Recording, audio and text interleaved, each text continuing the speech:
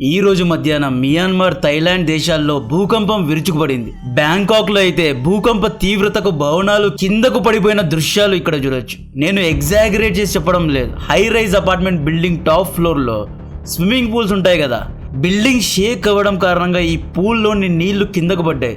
Bangkok లో ఉన్న sky scrapers, పెద్ద పెద్ద బిల్డింగ్స్ షేక్ అవుతున్నాయి. ప్రస్తుతం ఇప్పుడు బ్యాంకాక్ లో మనోళ్ళు ఎవరైనా ఉంటే లేదా ఎవరైనా అక్కడ వ్లాగింగ్ చేస్తూ ఉంటే మీరు సేఫ్గా ఉన్నారా లేదా అనేది కమెంట్ చేయండి. ఈ భూకంపం ఎలా వచ్చింది అనే విషయాన్ని ఏ ఒక్క మీడియా ఛానల్ సరిగ్గా ఎక్స్ప్లెయిన్ చేయడం లేదు. నేను క్లియర్గా అందరికీ అర్థమయ్యే విధంగా ఎర్త్ క్వేక్ ఫాల్స్ గురించి ఎక్స్ప్లెయిన్ చేస్తా. ఇటువంటి కంటెంట్ బేస్డ్ వీడియో నచ్చితే దయచేసి లైక్ చేయండి. హై రైజ్ అపార్ట్మెంట్స్ కిందకు పడినందుకు దాదాపు 250 కంటే ఎక్కువ ప్రజలు భవనాల కిందే ఇరుక్కున్నారు.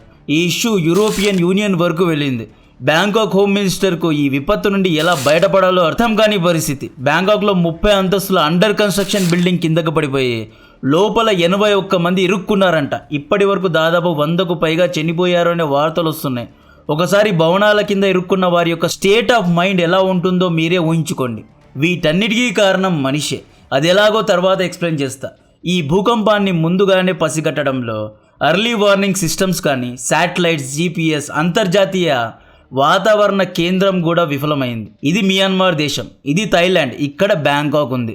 మియాన్మార్లోని మోన్వా అనే నగరం నుండి 50 కిలోమీటర్ల దూరంలో ఎగ్జాక్ట్గా ఈ మాండలే నగరంలో ఈ ఏరియాలో 2 భూకంపాలు ఒకేసారి శుక్రవారం మధ్యాహ్నం 12:50 వచ్చాయి. ఒక భూకంపం యొక్క తీవ్రత 7.7, ఇంకొక భూకంపం యొక్క తీవ్రత 6.7 మ్యాగ్నిట్యూడ్స్.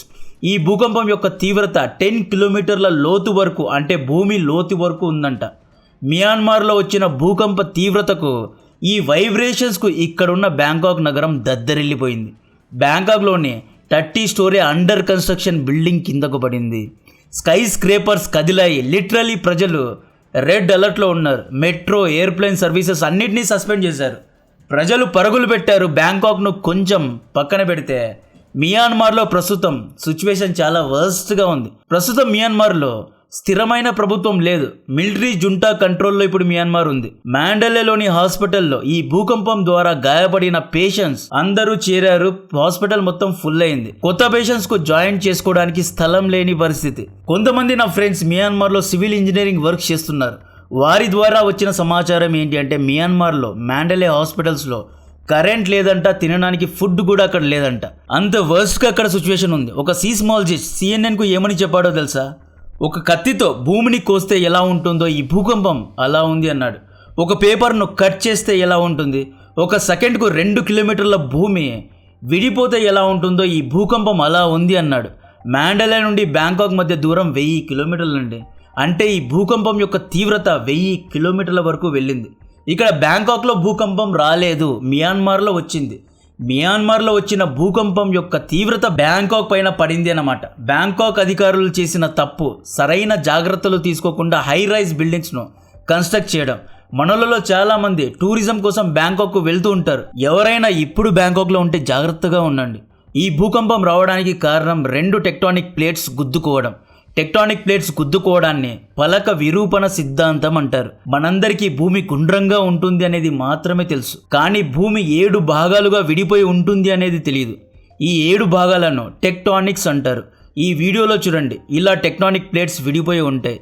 7 టెక్టానిక్ ప్లేట్స్ యొక్క పేర్లు: African plate, Antarctica plate, Eurasian plate, Indo plate, Australian plate, northern American plate, Pacific plate. ఇలా 7 ప్లేట్స్గా డివైడ్ అయి ఉంటుంది. ఇది యూరోషియన్ ప్లేట్, ఇది ఇండియన్ ప్లేట్. ఈ 2 ప్లేట్స్ మియాన్మార్ దగ్గర కలుస్తున్నాయి. ఈ లైన్ ఒకసారి చూడండి. ఈ ఏరియానే సాగ్యాంగ్ ఫాల్ట్ అంటారు. ఈ 2 ప్లేట్స్ గుద్దుకోవడం ఇక్కడే జరుగుతుంది, అంటే ఘర్షణ ఇక్కడ జరుగుతుంది అన్నమాట.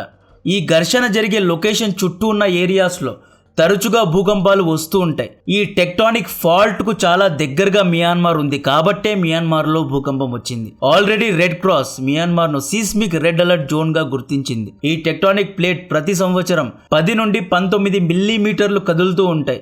ఎప్పుడైనా ఒకసారి ఒత్తిడి బాగా పెరిగినప్పుడు ఒకేసారి ఇవి 2 గట్టిగా గుద్దుకుంటాయి. ఇలా గుద్దుకుంటే భూకంపం వస్తుంది. ఈ ఏరియాస్ను సండే ప్లేట్ అని కూడా అంటారు. ఈ టెక్టానిక్ ప్లేట్స్ ఎందుకు గుద్దుకుంటున్నాయి, ఎందుకు ఘర్షణ పడుతున్నాయి అంటే భూమికి చాలా కింద అంటే లోతులో కోర్ అనే ఒక ఏరియా ఉంటుంది. ఈ కోర్ వేడెక్కినప్పుడు ఈ వేడి పైకి రేడియేట్ అవుతుంది అన్నమాట. పైకి రేడియేట్ అయినప్పుడు ప్లేట్స్ అనేవి కదులుతాయి. సముద్రంలో అలజడి పెరిగినప్పుడు కూడా ఇవి కదులుతాయి. న్యాచురల్ కాజెస్ను పక్కన పెడితే మనిషి ద్వారా కూడా ఇవి ఘర్షణకు గురవుతాయి. మొన్న చైనా బ్రహ్మపుత్ర నదీ తీరాన టిబెట్ దగ్గర వరల్డ్స్ లార్జెస్ట్ డ్యామ్ను కట్టడం స్టార్ట్ చేసింది. ఈ డ్యామ్ ఎగ్జాక్ట్గా ఈ టెక్టానిక్ ప్లేట్ దగ్గరే ఉంది. ఈ డ్యామ్లో చైనా 40 బిలియన్ క్యూబిక్ మీటర్ వాటర్ను స్టోర్ చేయబోతోంది. ఇలా ఎక్కడ పడితే అక్కడ డ్యామ్స్ కట్టిన ఈ టెక్టానిక్ ప్లేట్స్ కదులుతాయి అని ఎక్స్పర్ట్స్ చెప్పారు. ఇక్కడ నేను చైనా కడుతున్న డ్యామ్ కారణంగానే బ్యాంకాక్లో మియాన్మార్లో భూకంపాలు వచ్చాయి అని చెప్పడం లేదు. అంత అన్సైంటిఫిక్గా మాట్లాడడం లేదు. కానీ ఇన్వెస్టిగేషన్ చేయాలి అంటున్నాం. ఈ డ్యామ్ను ఎగ్జాక్ట్గా టెక్టానిక్ ఫాల్ట్ లైన్స్ దగ్గరే చైనా కడుతోంది. ఎవరి పర్మిషన్ తీసుకొని కట్టింది? Who will take the responsibility? ఈ డ్యామ్ స్టార్ట్ అయినప్పుడు కూడా నేను ఒక వీడియో చేశాను. సీస్మిక్ జోన్ దగ్గర, రెడ్ అలర్ట్ జోన్ దగ్గర చైనా చిల్లర వేషాలు వేస్తోంది. ఇది తప్పు అన్నాం.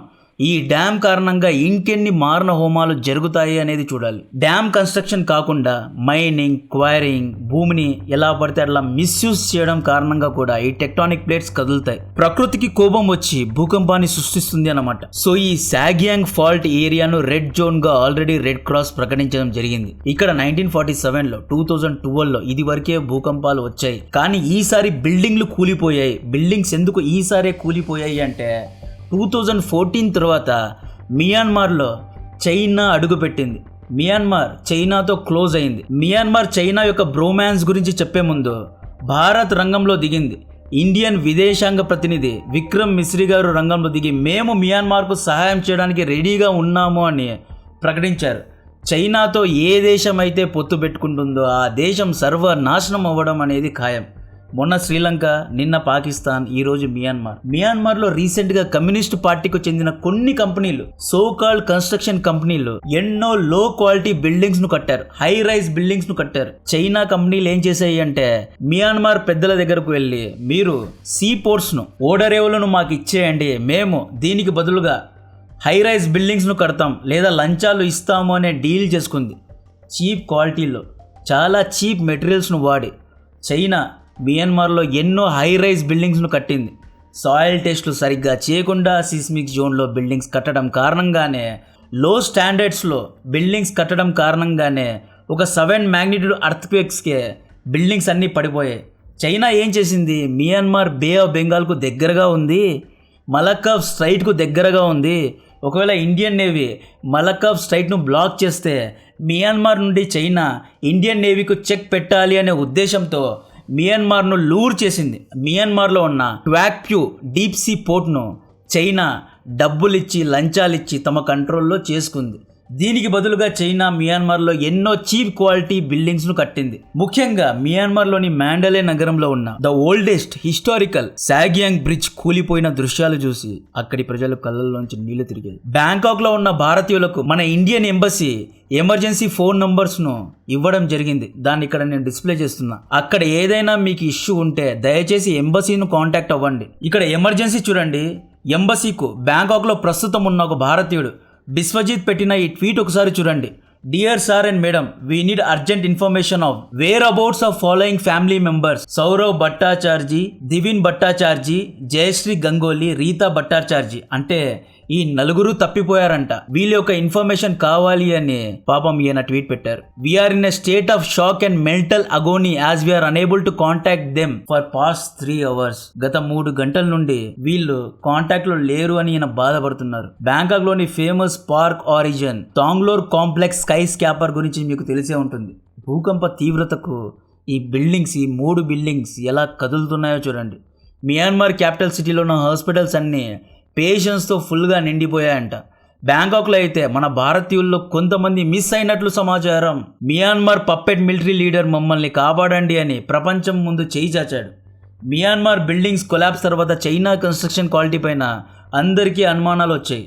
బ్యాంకాక్లో స్కై స్క్రేపర్స్ ఎందుకు కింద పడుతున్నాయి అంటే బ్యాంకాక్లో సాయిల్ లూజ్గా ఉంది. క్లే టెస్ట్లు సరిగ్గా చేయకుండా ఎన్నో బిల్డింగ్స్ కట్టారు. హై రైజ్ బిల్డింగ్స్ పైన స్కై స్క్రాపర్స్ పైన మోజుతో 30 floors 40 floors high rise buildings ను కట్టుకున్నారు. అర్త్ క్వేక్ స్టాండర్డ్స్ తో బిల్డింగ్స్ ను కట్టుకోలేదు కాబట్టే ఈ బిల్డింగ్స్ అన్ని కిందకు పడుతున్నాయి. ముఖ్యంగా అండర్ కన్స్ట్రక్షన్ బిల్డింగ్స్ అన్ని కిందకు పడుతున్నాయి. 1997 కంటే ముందు కట్టిన బిల్డింగ్స్ అన్ని బ్యాంకాక్ లో కిందకు పడుతున్నాయి అంటున్నారు. సో బ్యాంకాక్ లో ఉన్న భారతీయులు జాగ్రత్తగా ఉండండి. సిచ్యువేషన్ చాలా అంటే చాలా వర్స్ట్ గా ఉంది. ఇప్పుడే ఇది ట్రెండ్ అవుతోంది. రేపు మర్నాటికంతా ఎంతమంది చనిపోయారు, ఎంతమంది ఇరుక్కున్నారు అనే విషయాలు తెలుస్తుంది. ఆల్రెడీ కింద పడిపోయిన బిల్డింగ్ లోపల నుంచి మనుషుల్ని బయటకు తీస్తున్నారు. ఆ వీడియోస్ అన్ని నేను ప్లే చేయలేను. I'm very sorry. ఎందుకంటే ఇక్కడ అవి ప్లే చేస్తే వీడియోని రిస్ట్రిక్ట్ చేస్తుంది యూట్యూబ్. ఆల్రెడీ ఈ వీడియో కూడా అసలు ఎటువంటి గ్రాఫిక్ కంటెంట్ వేయకుండానే మేబీ ఈ వీడియో రిస్ట్రిక్ట్ అవ్వచ్చు. సో దయచేసి ఈ వీడియోను అందరికీ షేర్ చేయండి. ఇటువంటి ఎడ్యుకేటెడ్ కంటెంట్ను షేర్ చేస్తే అందరికీ ఉపయోగపడుతుంది. గుడ్ బై, జై హింద్.